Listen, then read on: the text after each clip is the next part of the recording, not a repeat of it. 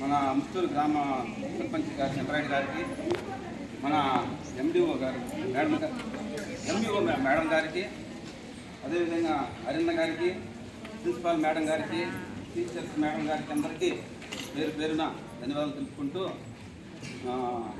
ఉన్నాను.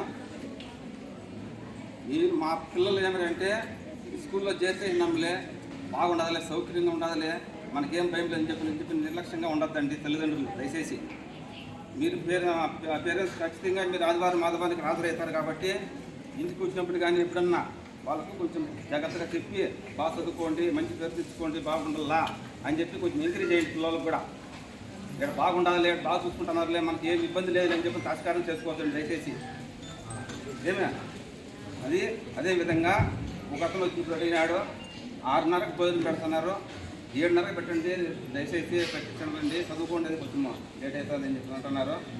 అది కూడా మేడం గారు చెప్తాను అని చెప్పినాను.